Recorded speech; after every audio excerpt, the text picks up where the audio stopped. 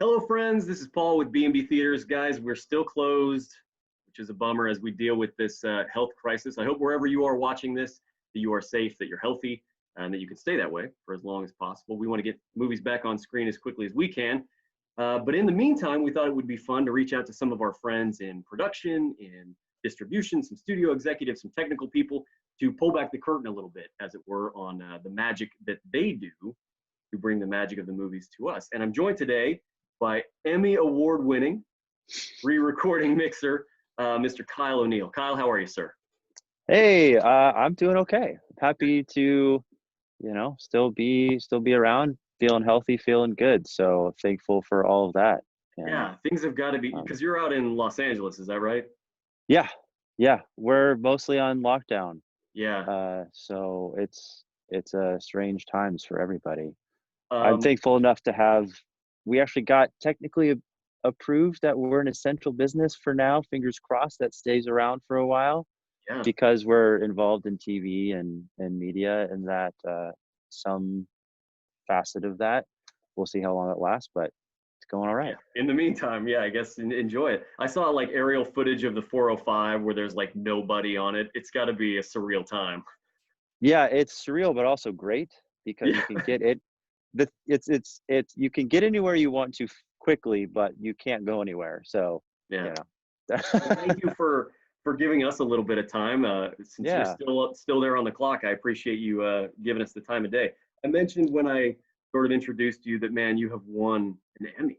So congratulations. That's incredible. thank you. Um, Yeah, do you carry it around with you all the time? I guess it's been a couple of years now. Has the it's excitement it's kind of worn off? it's been a couple years. The excitement has worn off. Yeah. It's funny enough. My roommate and I got Emmys in the same year for different categories. He was a producer on a daytime show, and it just is like so random. So there are technically Yeah. currently two in the apartment, and it's pretty funny. Yeah. But it was wild. It was wild. I think the whole experience was pretty amazing. Does everybody introduce you? They're like, hey, this is my buddy Kyle. He's won an Emmy. Is that Yeah. kind of how it is? Oh, Yeah. I mean, and my mom, my mom is, when I go back to visit my mom. If anytime we'd run into someone she knew, if I was there, it happened twice. Of course, she actually lives on the plaza in Kansas City right now. Okay. And we were just at some random little restaurant, and there's like, oh, hey, this is my son Kyle. Have you heard of the show Westworld? He won an Emmy for it. I'm just like, come on, mom. Yeah. Like, I'm just, it's fine. It Yeah. was great. It's really fun. That that is wonderful. Hey, so Yeah. and when we were communicating a little bit back and forth via email, I inadvertently referred to you as a sound editor because I don't know anything. And you did me the good service of correcting me. You are a re-recording mixer. So Yeah. tell me and everybody, I guess, watching what that is and how it compares in the sort of nuanced vocations in the audio world. Yeah, sure. So it's kind of all over the place. I mean, a lot of times, like in a documentary movie, for example, a lot of times you have maybe one or two sound engineers, sound editors, mixers, and they're kind of working on sound every step of the way. In, let's say, like a big budget movie, like a Marvel movie, which is fully union all the way through, every detail is its own career. So it's its own completely separate, because there's so much work to do. You have a dialogue editor, you have a sound effects editor, you'll have a backgrounds editor, you'll have a fully editor, you'll have an ADR editor, you'll have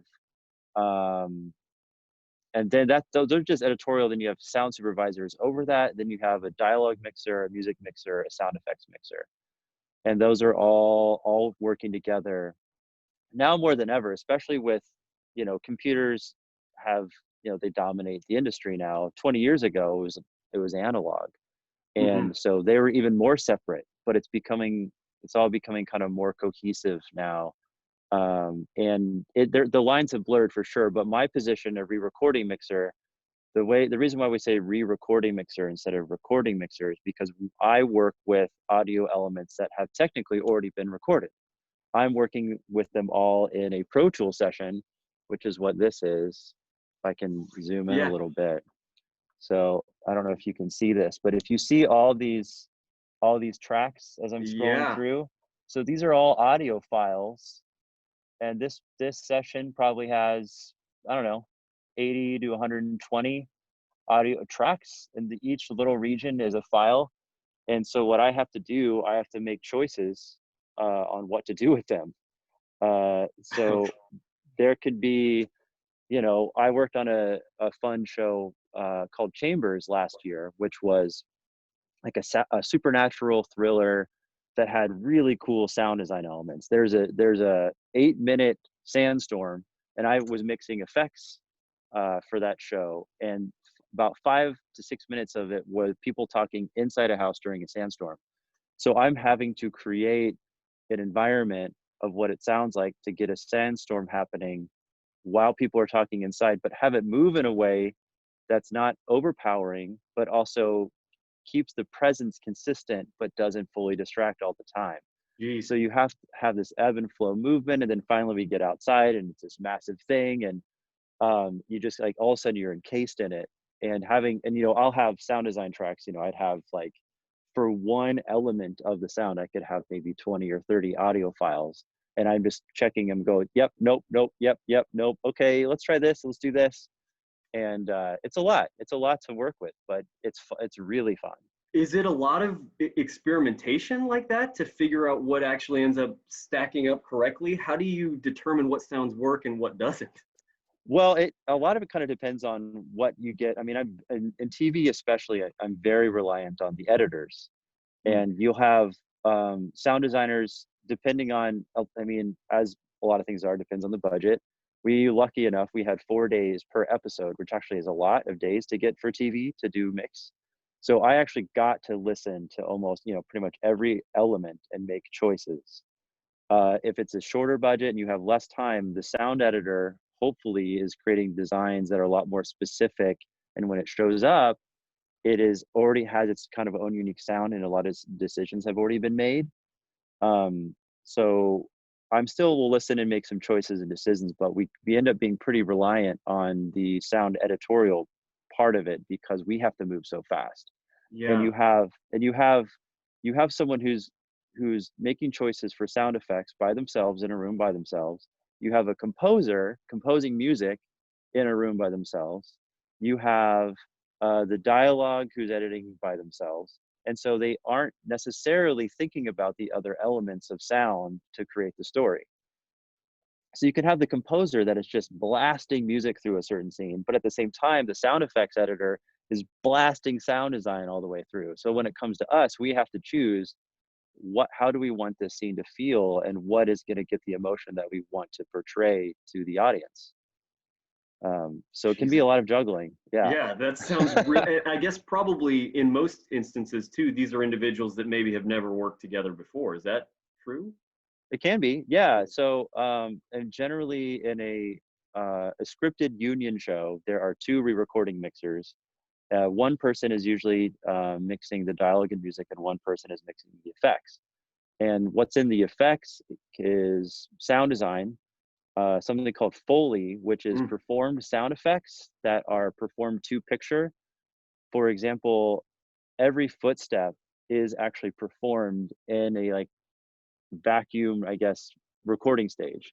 I was actually a Foley artist for a couple years on some MTV shows, and I had Cool. to go buy shoes. I had to go buy heels. It was a weird experience, and you know, it made me appreciate one how hard it is to walk in heels, and you know having any balance at all and being able to walk in any fashion is impressive. Yeah. But the idea that every shoe has a different quality, and you just some sound hollow, some sound dense, heavier than others, and like every decision that is made every step of the way affects the outcome, and it's pretty wild.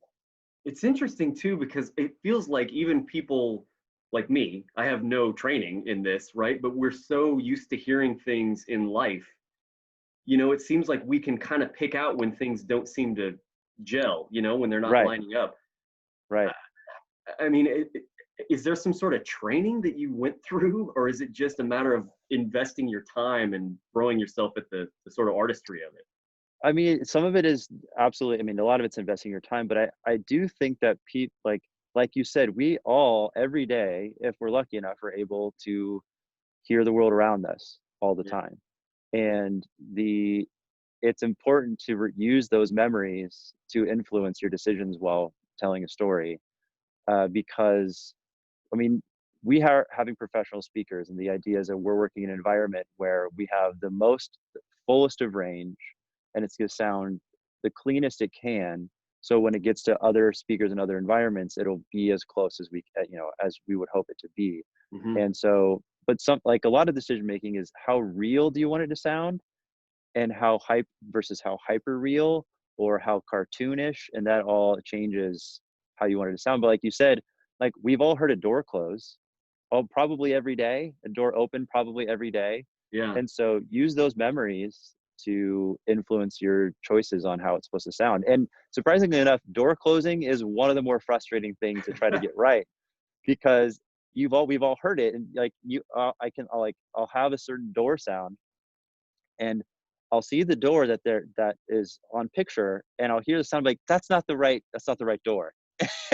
And I'll go, hey, I'll email the sound editor and say, hey, Yeah. can you throw me a couple other doors? Or what I'll do something like I'll do what we got, put it in the room. I'll add certain reverb. I'll maybe change certain frequencies of that sound effect to create it to me what feels right. Um, but in terms of experience, one of the positions is called a recordist. You're sort of a mixed tech support for the stage. And in my field, I got lucky enough to sit in. And so you sit in the mix stage while the mixers are working, while they're interacting with the producers and directors. And I didn't realize this until I got an opportunity to sit down and actually mix with one of those mixers. I had been sitting in that room for 2 years. And once I sat down in that same room to mix, I said, oh, wait, I've been in this room for 2 years. I know how these speakers sound. I know how this room sounds. And so I'm going to use that experience that my ears remember and just try to work with that. And that was incredibly helpful. Nice. Yeah. I mean, geez, that sounds like it sounds like a responsibility that's like equal parts creativity, but also like you have to be so technically aware. Yeah. I mean, yeah, you have to be technically aware. A lot of it there, I mean, there's a lot of craziness with signal flow, what we would Hmm. call it, in terms of how we get the audio to certain places, and where do we want it to be in the room, and how we need it to interact. But a lot of, I mean, I've watched thousands of movies and TV shows before, and so like all of that has influences me in terms of my decision making, kind of without even me thinking about it. But Yeah. everything I've watched has a memory that's helping me make choices to tell the story. Um, yeah. Well, and when we talk about, I mean, like you won an Emmy, for example, for this work. What was it about that specific combination of people or technology or product that aligned to create something that was actually perfect? Like, what was it that Well, worked in that okay, case so well? so for that show, on season one of Westworld that I was lucky enough to work on, I had two positions. I was a recordist, so I was a tech support on the stage, and I also was something called an ADR mixer. And Yeah. so, ADR mixer is a position where the actors will come back into the studio after production and maybe re-record a dialogue line because the director or producer wanted a different performance, or they wanted it, they liked the performance, but there was a helicopter that flew over, or the microphone dropped out, but they wanted that exact performance. So they come back in. We use mics to try to be as closely similar as the ones that were in production, and then we try to mix that back into the show and try to have that feel like it was actually done on set. And so that's its own job, and you're trying to help get the performances out of the artist. And what's tough is that when you're interacting with people, you get that feedback. You get in the environment, and it's easier to be that character. But then all of a sudden, you come into this studio that's completely quiet. You have Hmm. 5 to 7 people staring at you saying, all right, what we need you to do, we got to now remember, do you remember this scene? And you got to get this emotion. Just remember that pure sadness. Now get there, find Yeah. that spot. And Yeah. it's really hard to do. It's really hard to just get that emotion out on a completely sterile environment. Mm. So that's part of the job too, is like helping the producers or sound supervisors get the emotion from those actors, and like interacting with those actors was great. And being a fan of TV and film, I'm also a fan. And specifically on Westworld, there are a lot of surprise moments. And I got to, what was crazy about that job, since I got to actually work with the actors, I watched some of the surprise moments while the actor was in the other room. Like there are a couple things that happened that I myself was like, "Oh my God, what? No Yeah, way!" And they just started laughing. I was like, "I can't believe this is happening!" And they just laughed. And I was like, that's great. no one else gets to experience this. Yeah. Like having that person who played the character see a fan react, um, and that was really cool. So anyway, that Hmm. the re-recording mixers on that show I became good friends with, and they probably this was probably the best part about the whole thing in terms of, outside of actually being able to go on stage and get the award, and that was bonkers. Yeah, But sure. the ADR mixer isn't always on, the docket on in the category. It's up to the re-recording mixers. There are 4 slots. Generally, it's the 2 re-recording mixers, 1 production mixer, and maybe somebody else. And one day he said, "Kyle, I want you to know that I think you've done some really, really great work, and you're integral to the show. And I put you in the 4th spot because I think that you deserve, if whatever we get, and because you're a huge part of the show." And so having that individual tell me, after having worked with him for a while, like, "I see the work you're doing, and I personally want to reward you," uh, that was crazy. Yeah. And it was a huge honor. And probably the biggest part, let's be real, is that year Game of Thrones wasn't in the category. Yeah, yeah. So, but it was crazy because once I realized, like, wait, okay, Westworld is HBO's second biggest show that they're pushing right now. Game of Thrones isn't involved. Oh my God, we have a chance, you know. Yeah. Um, Man, so I'm a lot excited. of things have to come in line, and there's a lot of amazing work out there. And that's the thing. It's just there are a lot of really, really talented people, and Hmm. a lot of things. It's just stars aligning kind of stuff most of the Yeah. time. Yeah. But yeah, it was quite the experience. Is it the kind of thing where, I mean, can somebody who knows maybe you and knows your work and knows uh, technically how things are realized, can they watch something that you've done and be like, man, I see Kyle all over this? Or is it something where you don't want to leave any kind of signature? Where it's Uh, that's a good question. I don't. I had a friend of mine. I was on the phone with a friend of mine the other day, and he asked me. He said, "So, do you have a what was the phrase he used? Do you have like a call sign yeah, that like you a little have that Easter egg that you you tuck have in in. your mixes?"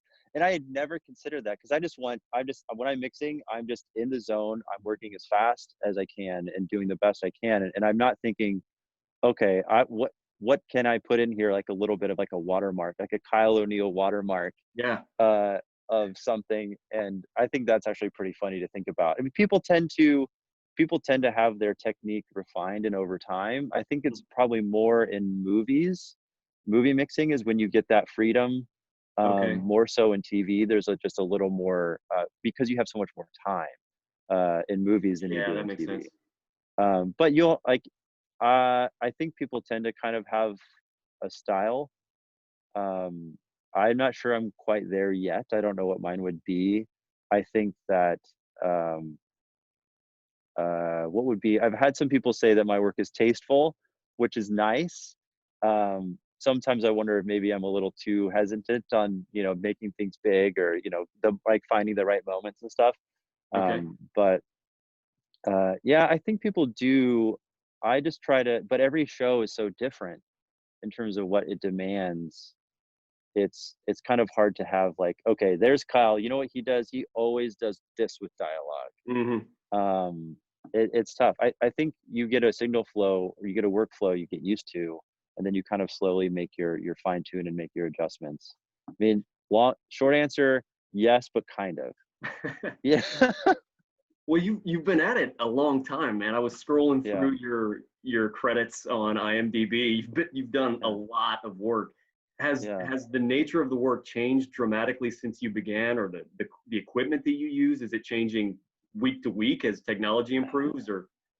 Well, Pro Tools is the industry standard, which is a digital audio workstation, Mhm. and that is what works. That's what's interacting with this console here.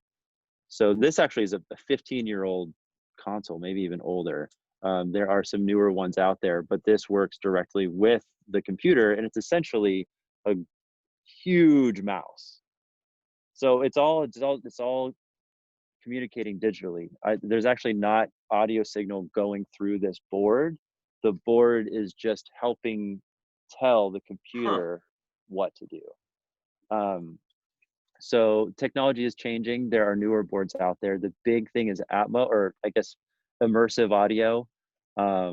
Things like Atmos, like Dolby's Atmos. I think there are a couple other ones out there, and I think B&B uses DTSX.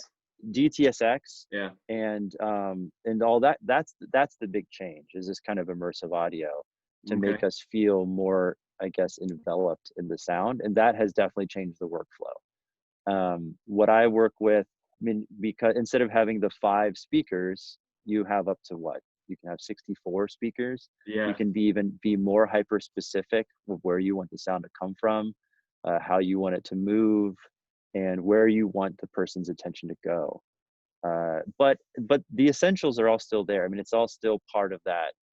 Um, there's something called the exit. It's like the exit sound, especially in movies. You don't necessarily want to create a sound behind you that's going to make people look away from the screen towards the exit. Mm. So I mean, sometimes you do. Sometimes you want to have that big boom if you want to shock somebody, or in scary movies or something like that you can surprise. But a lot of time it's this. There's a reason why Dolby's is called Atmos, because it's really about atmosphere. It's about enveloping us into a scene. In Westworld, I actually got to do some of that work. And there's some cool train scenes, and in the train it's shaking and moving, and I gotta take some of that shaking and moving and put it above you. And so you hear it above you, you hear this instead of just the 5 that are just right around you. It just, Cool. you get this really like encased environment, and I think that's kind of the direction things are going, which is really cool. Yeah. Yeah. That's awesome. Yeah. If somebody's looking to start this kind of work, I mean, what skills should somebody strive to develop? Is it familiarity with Pro Tools? Is it developing a keen ear? I mean, probably. I mean, working with Pro Tools. I mean, there's definitely entry level versions of Pro Tools you can use. I mean, there's a lot of stuff out there. I mean, Yeah. Logic. I think.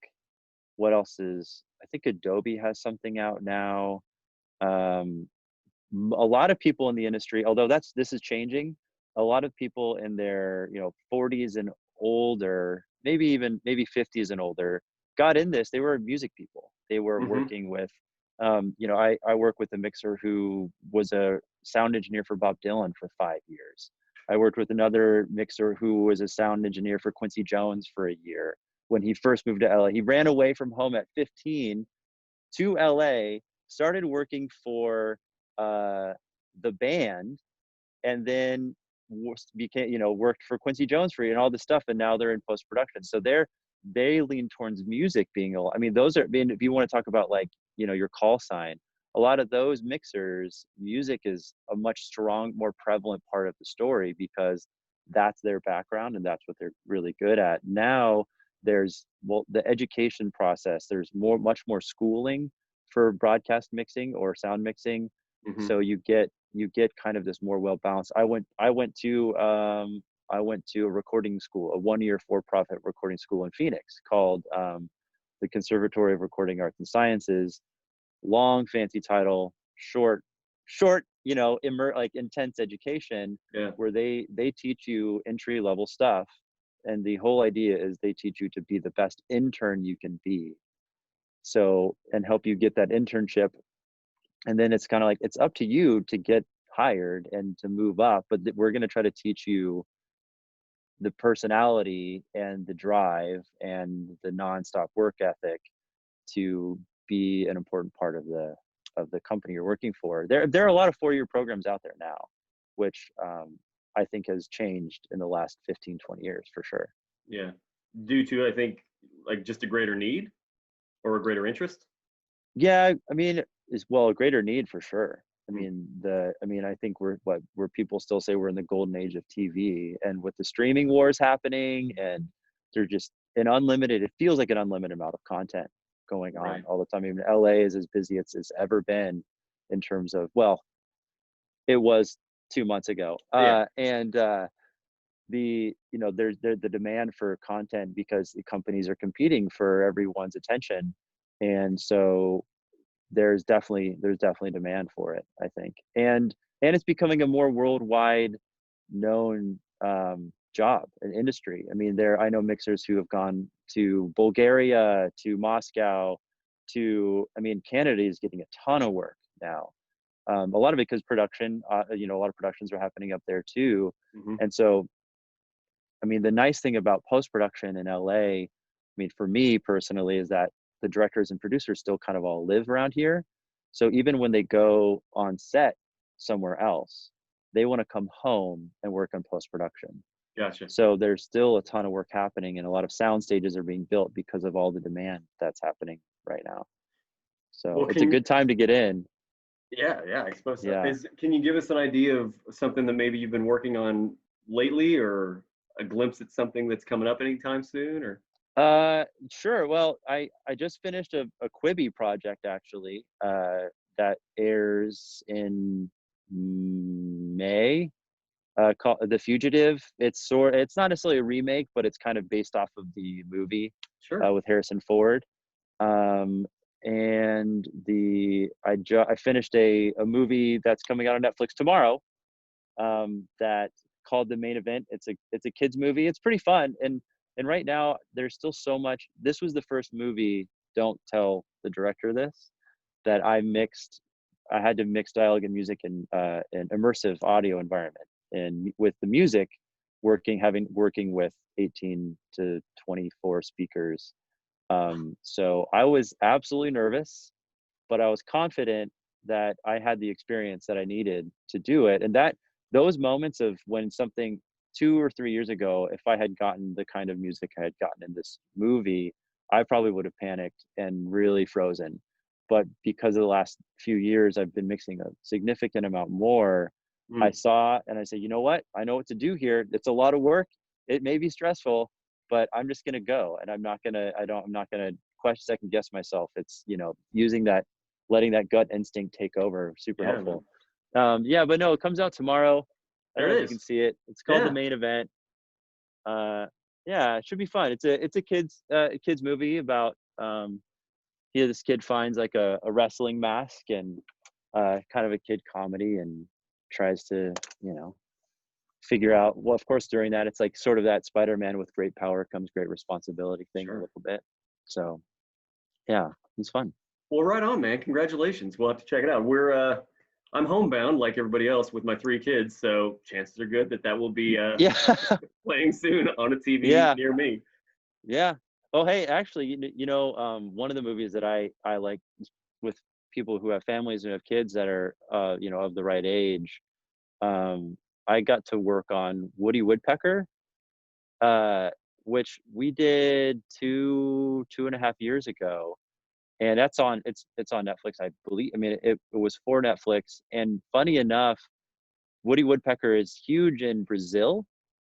And Okay. so it actually went to theaters in Brazil, and they ended up being kind of upset that it didn't go to theaters here because they thought it was, worthy of going to theaters. Yeah. But that's one I like to recommend to people because it's just super fun. And I grew up with Woody Woodpecker. There are these random things that are coming back that I watched as a kid, and having the opportunity to get to work on those again was really fun.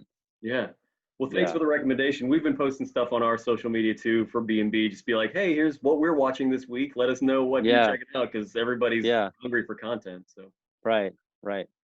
well, So, Kyle, thank you so much, man, for kind of giving us a walkthrough of what you do and how you do it. It's kind of amazing work, man. Like it's cool to see how many people are involved to make things happen. oh man, I wish I had like an image, or if I could like turn the camera around, say, "Hey, this is everybody." because Yeah, in the stage sometimes you can have as few as one, like I do right now, or I think we've had up to 15 or 20 people in the room man. trying to. It's pretty wild. uh this is just the last thing I'm going to say. No, I go know ahead. we're on our way out, but I tried to explain to people sometimes what it can feel like working as a re-recording mixer when you have all those people behind you. I try to imagine someone who's on the computer. Maybe you're writing something up for work. You're in your office and you have two people behind you staring at what you're doing. And before you can finish your sentence, they're already telling you to change the sentence. Yeah, And it's not always like that, but there are times where we'll, like, we haven't even heard a scene and all we're trying to do is listen to it. And we have people saying, hey, can you do, like, we're just saying, we need a moment. It turns out we are professionals and we know what to do here. and do they listen or do they keep talking I at you? mean, it, you know, there's kind of this, it's a lot of it just figuring out, you kind of figure out the client's needs and wants and desires, Yeah. and you kind of, and then you have to merge that with what you're trying to do. But anyway, that sometimes that is part of the environment too, sometimes. There's a powerful lesson in there, Kyle. That maybe the greatest professional jumps come through quiet moments of listening and just silence in the Yeah, room. yeah, for sure, for sure. A lot of, I mean, I don't know what people say the exact percentages are, but there are a lot of really, really skilled people in every field, and in this one in particular as well. But a lot of the people who are the ones that get to keep working are the ones that um, are, you know, good to work with. They're like that. Yeah. You find those people you mesh with, and then you hope to get to do it over and over again with those people. So that's, you know, I mean, sure, we can call it networking if you will, but I don't know. That word has always bothered me. It's just like, just try to find people you like to be around, and hopefully you get to keep working with those people. Nice. Yeah. Right on, man. Well, congratulations on your success and thanks Thanks. for sharing your expertise and experience with us today. Yeah, you got it. Thanks for reaching out. This has been awesome. You bet, Kyle. Take care, man. It's a really nice change of pace. Take All care. right. All right. Bye bye.